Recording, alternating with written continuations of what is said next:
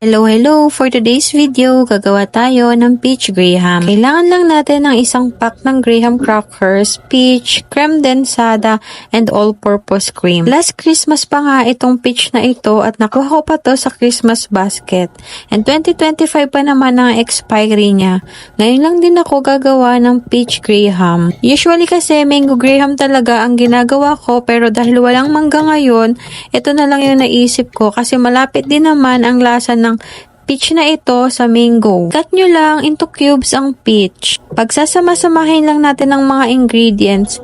Itong all-purpose cream ay kailangan i-chilled ng 2 hours. Pati na rin ang creme densada. Kailangan naka-chilled sila at least 2 hours para makuha nyo yung thick na consistency at mag-double ito. Dahil medyo marami rin pala ang laman ng isang can ng peach, naisipan kong gumawa ng trending na ice cream graham sandwich. Naglagay lang ako ng parchment paper para mabilis natin siyang matanggal at makat into ice cream sandwich. Kung mapapansin nyo, nag-iba ang consistency ng ating creme densada at all-purpose cream. Dagdag kasi ako ng all-purpose cream pero hindi siya chilled kaya naging ganito ang consistency. Kaya pag hindi chilled ang ginamit yung all-purpose cream, runny ang consistency niya. Napakadali lang gumawa ng ice cream sandwich bar. Uunahin nyo lang ilagay yung crackers, then isusunod nyo yung ginawa nating mixture, and then yung palaman natin na peach, tapos sa ibabaw ay graham crackers ulit. Kaya siya tinawag na ice cream sandwich. I-freeze lang natin siya overnight at meron ka ng ice cream peach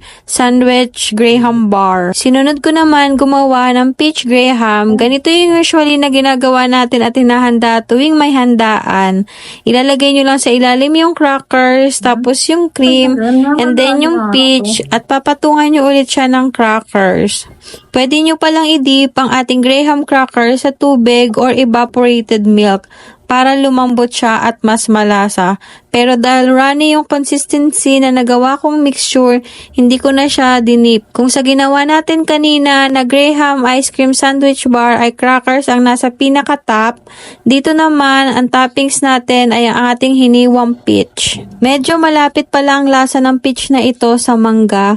Kaya kung nahihirapan kayong maghanap ng mangga at medyo mahal sa panahon ngayon, pwede nyong gawing alternative itong peach na nasa lata. Mas makakatipid ka at nakita nyo naman na marami ding laman ng isang lata. Ito yung dessert sa handaan na napakadali lang i-prepare at napakasarap din naman talaga. Nagustuhan nyo pala ang ating video, makikilike and follow naman ang ating page. At kung may gusto pa kayong dessert na gawin natin, i-comment nyo lang. Maraming salamat sa panonood at see you sa ating next video.